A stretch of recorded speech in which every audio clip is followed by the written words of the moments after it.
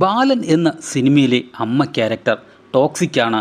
അവർ സ്വയം രക്ഷപ്പെടാൻ വേണ്ടി സ്വന്തം കുട്ടിയെ തന്നെ യൂസ് ചെയ്യുന്നു എന്നൊക്കെയുള്ള വീഡിയോകൾ ഒരുപാട് ഇറങ്ങുന്നുണ്ട്. എങ്കിലും ഞാനൊരു കാര്യം പറയട്ടെ, അവർ ഒരിക്കലും ടോക്സിക് അല്ല. ജയിലിൽ വച്ച് ജനിച്ച ഒരു മകനും ജയിലിൽ ക്രിമിനൽ കുറ്റത്തിന് ശിക്ഷിക്കപ്പെട്ട് പുറത്തിറങ്ങുന്ന ഒരു സ്ത്രീയെയും സമൂഹം എങ്ങനെ കാണുമെന്ന് നിങ്ങൾക്ക് അറിയാമല്ലോ.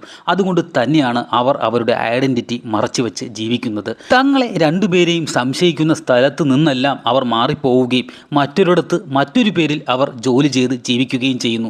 വിധി അവരെ വീണ്ടും മറ്റൊരു സ്ഥലത്തേക്ക് കൊണ്ടെത്തിക്കുകയാണ് ചെയ്യുന്നത്. അങ്ങനെ ചെന്നെത്തുന്നത് ഒരു അമ്മാമ്മയെ നോക്കുന്ന ജോലിയിലേക്ക്, ഒരു ഭ്രാന്തിയുടെ ഐഡൻറ്റിറ്റിയിലും. പക്ഷേ ആ ഭ്രാന്തിയെ അവർ സേവ് ചെയ്യുന്നുണ്ട്. പക്ഷേ ആ അമ്മാമ്മയുടെ മരണത്തിന് ശേഷം റംലാത്ത എന്ന തൻ്റെ കൂടെ ജയിലിലുണ്ടായിരുന്ന കുറ്റവാളിയുടെ രൂപത്തിൽ അവരെ വിധി വീണ്ടും വേട്ടയാടുന്നു. റംലാത്തയെ അവർക്ക് കൊല്ലേണ്ടി വരുന്നു. രക്ഷപ്പെടാൻ വേണ്ടി താൻ സംരക്ഷിച്ച ആ മാനസിക രോഗം പിടിച്ച സ്ത്രീയെ പോലീസിന് മുന്നിൽ ഇട്ട് കൊടുക്കേണ്ടി വരുന്നു സിനിമയിലെ നായികയ്ക്ക്.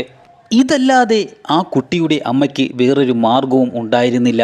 ഇനി അവർ ജയിലിൽ പോയിരുന്നെങ്കിലോ അവരുടെ കുട്ടി അനാഥനാകും. അനാഥനായ കുട്ടി നേരെ വളരും എന്നുള്ളതിന് എന്താണ് തെളിവ്? അവൻ്റെ ഭാവി സുരക്ഷിതമാകും എന്നുള്ളതിന് എന്താണ് തെളിവ്?